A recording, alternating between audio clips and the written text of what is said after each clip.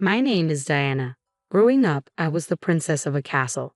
My parents, bless their souls, were wealthy beyond measure, but they instilled in me the value of money from an early age. Money talks, but wisdom listens, my dad would say. My mom insisted I learn how to budget before I even mastered spelling. Luxury was a fairy tale until it wasn't. At 12, a private jet crash turned my fairy tale into a stark reality. Overnight, my life of opulence vanished. My grandmother took me in, and we moved to a modest house far from the grandeur I was used to. It was a different kind of life where luxury was found in love and care, not material possessions. My inheritance was a distant promise, locked away till I turned 25. Under Grandma's guidance, I adapted, learned, and thrived. College was both my escape and my grounding. That's where Alex entered my life. He was as different from my world as one could imagine, a scholarship student with a heart of gold and a wit that cut through any pretense. We clicked in a way I never expected. Introducing him to Grandma was nerve-wracking. I hadn't mentioned the money. Grandma had advised me to keep it a secret, and I understood why. I wanted Alex to love me for who I am, not for my bank account. "Grandma, this is Alex," I said, my stomach in knots. "Nice to meet you, ma'am," Alex said, extending his hand. Grandma shook it warmly. "Sit, sit," Grandma gestured, her eyes twinkling as she took in Alex's nervous posture. "You're the young man who stole my granddaughter's heart." Alex blushed, a sheepish grin spreading across his face. I guess you could say that, ma'am." We sat down, and the conversation flowed more easily than I had hoped. Grandma shared stories of my parents and my childhood, stories that made Alex laugh and look at me with warmth that made my heart swell. "You've got a good one here," Grandma said, nodding towards me but looking at Alex. "Takes after her mother, strong and kind. But don't be fooled, she's got a bit of mischief in her too."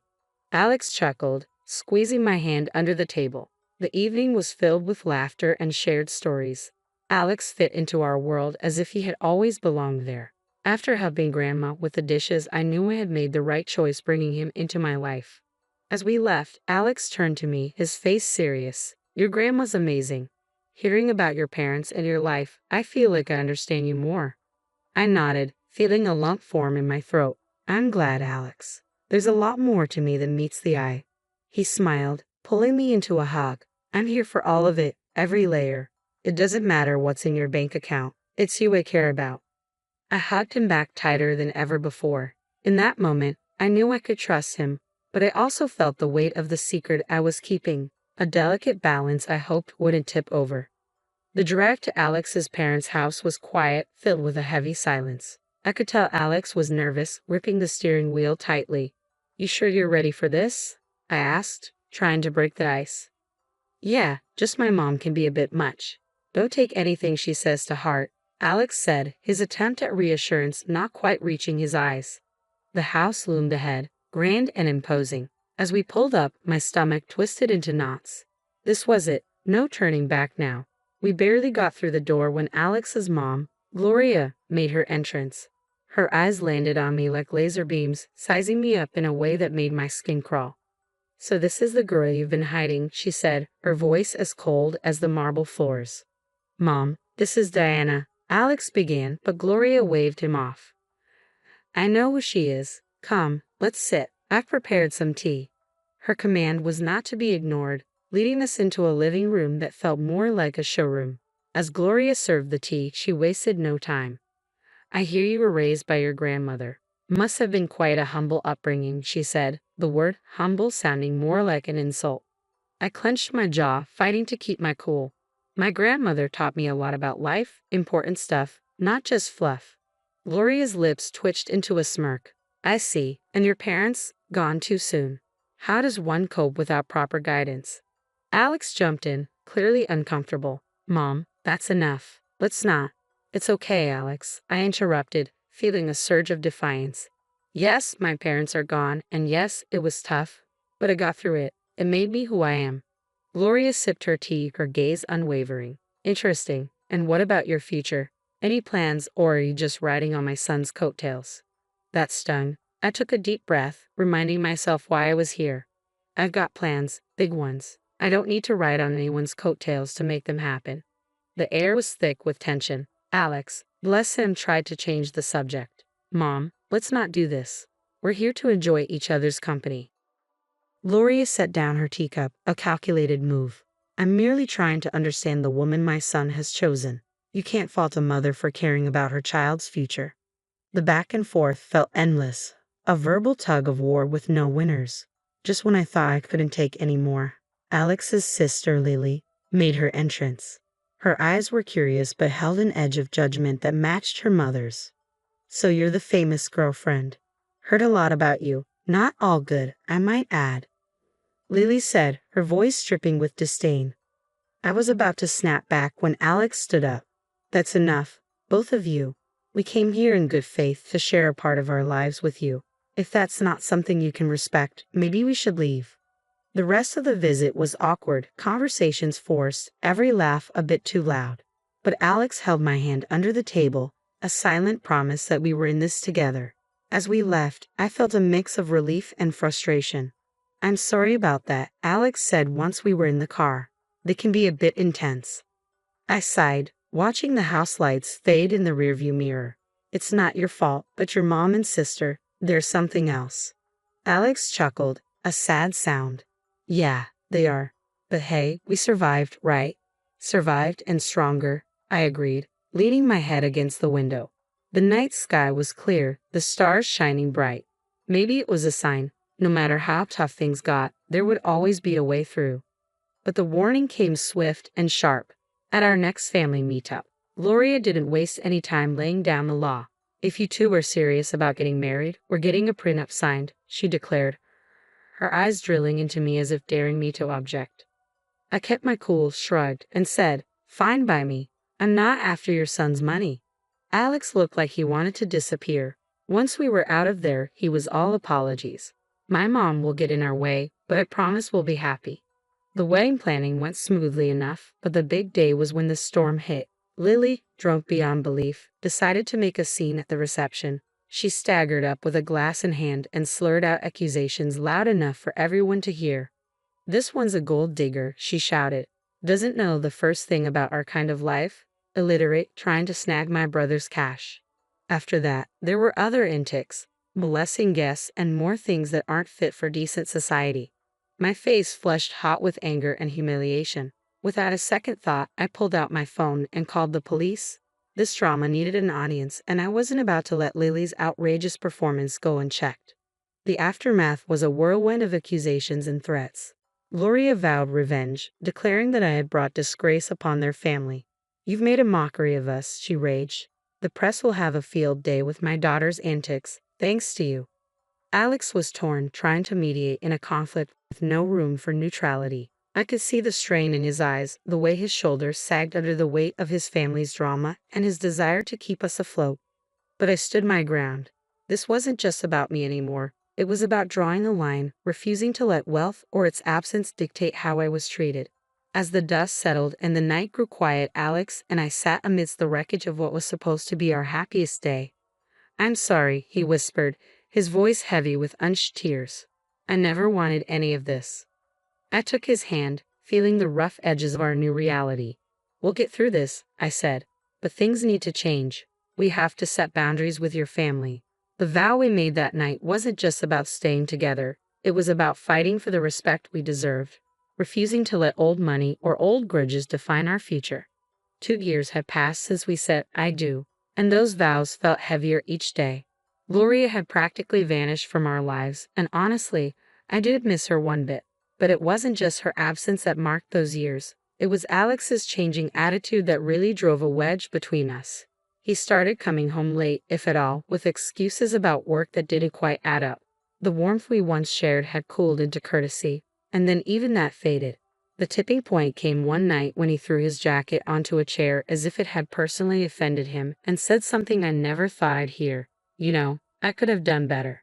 I should have married someone with a bit more class, more in line with my circle. His words stung like a slap. I stood there, gobsmacked, wanting to scream and tell him about the fortune that was mine. But Grandma's voice echoed in my head, advising patience and urging me to see Alex for who he truly was. So, I swallowed the truth and the hurt, biting back tears. I thought maybe, just maybe, if we had a child, It might bridge the gap between us and remind him of the love that brought us together.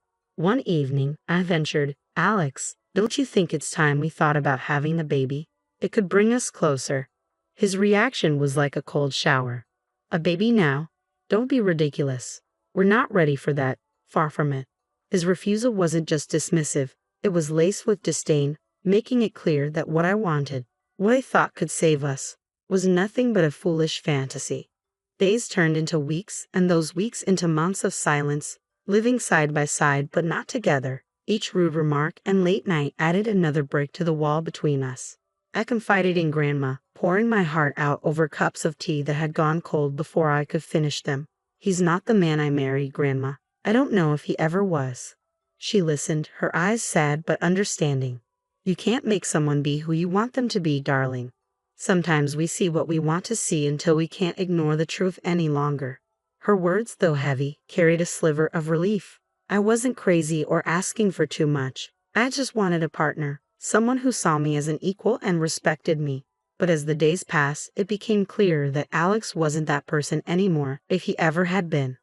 The idea of leaving crossed my mind more times than I cared to admit, but every time I'd pushed it away, hoping against hope that something would change, that the man I loved would find his way back to me. For Alex's birthday, I went all out, hoping to reignite the spark in what had become a mundane marriage. No expense was spared, and the guest list was a who's who of our closest friends. Notably absent were Gloria and Lily. The drama was the last thing I needed ruining the night. Alex was in high spirits, soaking up the adoration and well wishes from everyone. For a moment, it felt like we were back in the honeymoon phase, all laughter and inside jokes. But that bubble burst the second Gloria and Lily crashed the party, uninvited but clearly expecting to be welcomed. It turned out Alex had gone behind my back and invited them, hoping to avoid family fallout. Their presence turned the atmosphere tense. Lily, true to form, made a beeline for the booze, dressed in an outfit that screamed, "Look at me," in the worst way possible. Gloria's snide remarks flew under the radar, each one a veiled jab at me or our marriage. As the night wore on, Lily's antics escalated, fueled by champagne and a desperate need to be the center of attention. She started ranting about me not fitting into their family, how I was unworthy of their name. It was a mess, and Alex was nowhere to be found, too busy playing the good son to notice the circus unfolding.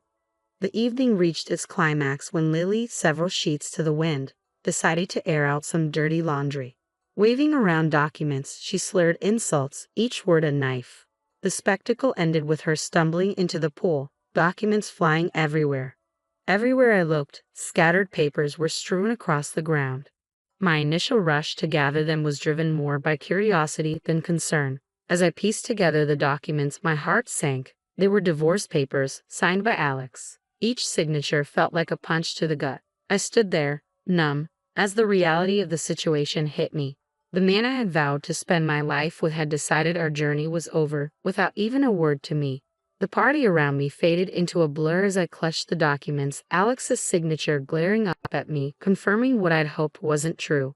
This wasn't just an unforgettable party. It was the end of everything I thought we had. In the chaos that followed the pool incident, I sought clarity. My heart pounded as I approached Alex, holding the soaked documents that had unveiled a truth I was unprepared for. "Alex, what's this about?" I demanded, my voice stronger than I felt, thrusting the divorce papers toward him. Before he could respond, his mother interjected, her smugness making my skin crawl. "Oh dear, looks like your little scheme didn't work out, did it? Alex is leaving you. You thought you could trap him with a baby for his money?" I stared at Alex, searching his eyes for any trace of the man I had married, but he couldn't meet my gaze. His silence was more revealing than any words. With resignation, I signed the divorce papers. They were now just a formality, the closing chapter of a book I no longer wished to be part of. As the dust settled, Grandma approached, her presence a calming force. She didn't need to say anything. Her eyes conveyed volumes of empathy, understanding, and unspoken support that bolstered my resolve. Then she decided to reveal the truth, not just to me, but to everyone present. "She doesn't need any of your money," Grandma declared, her voice steady and strong. "In a month, she turns 25 and will inherit a fortune far beyond what you could imagine." She's been raised to value people over wealth and seek out genuine connections rather than financial gain. The room fell silent, the weight of her words hanging in the air. Gloria's face shifted from smugness to shock, then to a desperate greed as she began to backpedal, her apologies transparent and insincere. Alex, too, seemed suddenly eager to rewrite the narrative, insisting his intentions were never to hurt me and that he was merely influenced by his mother. But it was too late. The veil had been lifted, revealing the stark reality of our relationship and the motivations behind it. I met their apologies with a quiet smile, not out of forgiveness, but out of an inner peace that came from understanding my worth independent of the wealth that awaited me. "You've shown me your true colors," I said, my voice imbued with newfound strength. "As for surprises, well, I've prepared another one for you." At that moment, a loud honk pierced the tension. Outside, a sleek luxury car rolled up to the gate, the one I had secretly bought for Alex as a surprise. The irony wasn't lost on me. I couldn't help but let out a bitter laugh as I excused myself, stepping outside to confront the final act of this drama. There it was, the epitome of luxury on four wheels, a symbol of the love I thought we shared, now just another piece in the game of pretense and betrayal. Without a second thought, I slid into the driver's seat, the leather cool and unyielding beneath me, much like my resolve. Grandma, ever my rock, joined me, her presence a silent testament to the strength and dignity that ran in our blood.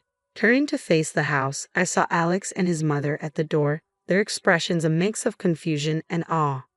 "Everything from now on goes through my lawyer," I called out, my voice clear and devoid of the warmth it once carried. "And don't worry about my stuff. I'll have a courier pick it up." Their faces, once smug and self-assured, now displayed a picture of realization and loss, not just of the wealth they coveted, but of the person they had underestimated. With that, I turned the key, the car's engine purring to life, a sweet sound that promised freedom and new beginnings. Grandma and I shared a look, a silent agreement that this was the first step toward a future unburdened by deceit and manipulation. After the revelations and dramatic exits, the air seemed clearer, as if the truth had not only unveiled the greed and deceit, but also cleansed the path ahead. It wasn't long before the first test of my newfound resolve arrived. Via phone call, the shrill tone sliced through the calm.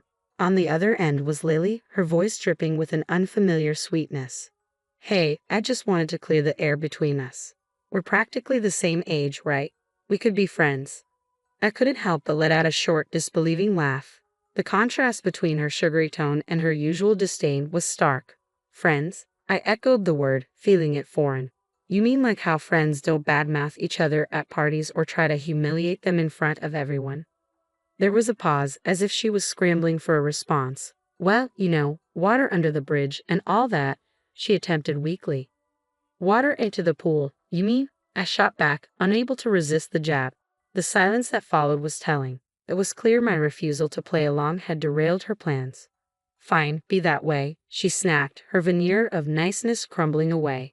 "You'll regret this."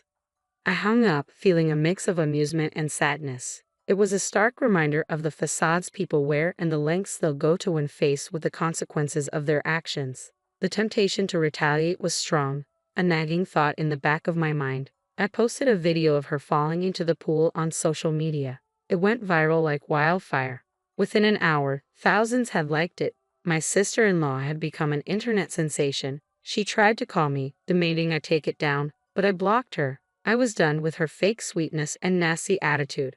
A week later, my phone rang with a number I knew all too well. It was Gloria, her voice unnaturally sweet as she offered an olive branch. "Can't we reconcile for Alex's sake? Let's put the past behind us." "No, Gloria," I replied, firm but not unkind. "That ship has sailed. I wish Alex well, but our paths are diverging. I'm looking forward, not back." Not long after, Alex made his own attempts at reconciliation. One morning, I found a bouquet of flowers on my doorstep, the card bearing a simple "I'm sorry. Please come back" message. The sight of them sparked more anger than affection. Without a second thought, I tossed them into the trash. His efforts didn't stop there. He tried to visit, showing up unannounced, hoping to talk things through. But I wasn't the same person he had left behind. His presence, once a source of comfort, now felt like an intrusion. One evening, as he made yet another uninvited appearance, I met him at the door with a resolve as hard as steel. "If you don't stop this, I'm going to the police," I warned, my voice steady and firm. "Your apologies can't undo what's been done. It's over, Alex. Really over." The gravity of my words seemed to finally reach him. His shoulders slumped, and with a final lingering look, he turned and walked away. That was the last I saw of him. In the time that followed, I threw myself into charity work. It became my passion and purpose. Helping those truly in need and connecting with people who valued kindness over wealth brought me a joy I hadn't known was missing. Living with Grandma, I found peace in our quiet routine. We'd sit and plan our next project, our next way to make a difference. It was during these moments that I realized this was where I was meant to be. I had no illusions about the road ahead. It would be fraught with challenges and perhaps heartache. But I also knew it would be filled with joy, moments of unbridled happiness, and a kind of love that enriches the soul. And so, I live my life looking forward, not back. I work, I help, and I hope. I believe in a future where I'll find true love, not defined by wealth or status, but by genuine connection. And yes, one day, I'll have those 3 beautiful children I dream of. For now, I'm content, building a life of purpose surrounded by love that doesn't ask for anything in return. This isn't just the end of a chapter, it's the beginning of a whole new book, and I'm the one writing it.